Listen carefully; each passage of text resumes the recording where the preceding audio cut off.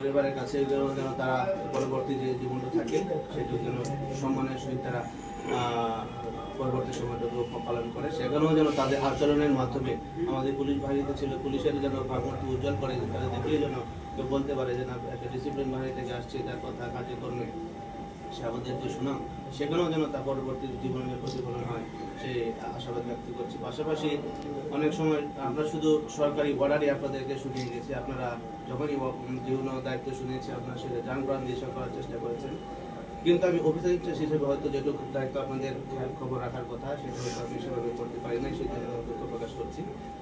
আর সেই জন্য আসলে ক্ষমার দৃষ্টিতে দেখবেন। আর যদি কোনো কারণে কোনো কথাবার্তায় ছুটিতে যাওয়ার সময় হয়তো ঠিক মতো ছাড়তে পারিনি, যদি এরকম কোনো ধরনের যদি কোনো ধরনের কোনো কষ্ট থাকে এই বিদায় মুহূর্তে, এটা সরকারি পেশাদারি কাজ হিসেবে বিবেচনা করে আমার ব্যক্তিগত কোনো কিছু ছিল না। আমাদের যেহেতু রাষ্ট্রীয় আমরা একটা কাজ করি এলাকার শান্তি শৃঙ্খলার স্বার্থে, সেই স্বার্থ হিসাবে আপনাদেরকে হয়তো আমি সেভাবে কাজে লাগানোর চেষ্টা করেছি, সেটা আমার ব্যক্তিগত কোনো কিছু ছিল না এখানে। যদি তথাপিও যদি কোনো মনে কষ্ট বা কোনো ধরনের কিছু থেকে থাকে এটা আসলে ক্ষমা সুন্দর দৃষ্টিকে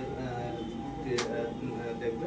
আর আমরা যেহেতু আছি পুলিশ ডিপার্টমেন্টে, যদি আপনাদের পারিবারিক ব্যক্তিগত বা যে কোনো বিষয়ে যদি আমাদের প্রয়োজন মনে করে নির্দ্বিধায় নিজের সহকর্মী হিসেবে নিজের ভাই হিসেবে অবশ্যই আমাদেরকে স্মরণ করবেন। আমরা যথাসাধ্য আপনাদের সহযোগিতা বা আপনাদের কাছে থাকার চেষ্টা করব। তো শ্রীমঙ্গলে যেহেতু দীর্ঘদিন ছিলেন, আবার শ্রীমঙ্গলে বেড়াতে আসবেন, আমাদের সহকর্মী হিসেবে আমাদের বন্ধু হিসেবে আসবেন, আমরা অবশ্যই খুশি হব।